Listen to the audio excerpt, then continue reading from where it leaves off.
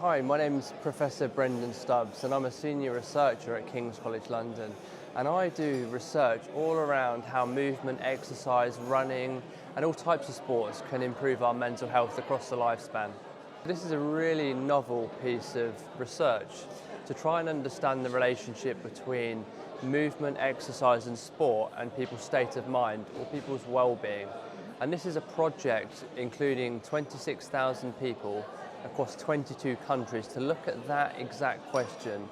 Are there regional and global relationships between how much people move and their state of mind? And what we found across all of these people is, on average, the more people move, the greater their state of mind. So the more people are moving, the greater their well-being. This is a state of mind index, and this is a measure from 0 to 100, with 100 being the best possible state of mind and 0 being the least. And we saw that on average, people who were very active scored 67 out of 100, whereas people who were not active scored 54 compared to other people as well. So we see that clear relationship. So the state of mind index includes 10 questions, range from 0 to 10. And we developed the state of mind index and those 10 questions from some EEG experiments where we asked some people to run, engage in sports, and we measured direct brain activity on people's brains before and after when they engaged in exercise.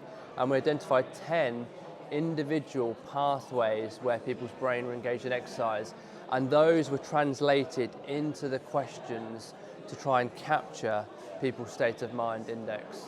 The questionnaire was developed from the EEG measures and then translated into a questionnaire, so it was a translational process. We continue to see what we call the gender exercise gap.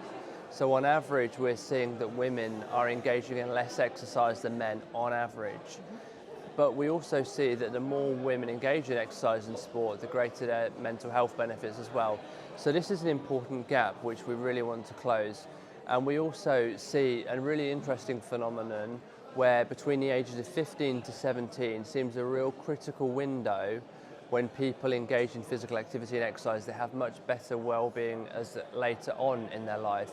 But for every year people engage in physical activity, so someone who engages at 16, 17, 18, 20 have continued to see much better well-being later life, whereas the people who stop at 15 or 17 have much lower well-being. So they see this really critical gap, 15 to 17, where we really want to keep young people engaged to experience well-being benefits much later in life. We found that if you look at the silent generation, 57% of them were engaging in daily physical activity, whereas when you look at the Gen Z, only 19% of them are engaging in daily activity. So this is important, and we really need to try and understand this and address this in younger generations. This is something which ASICS is doing every 2 years, so we'll probably revisit this again in 2 years to see how is the world responding and what can we do around this.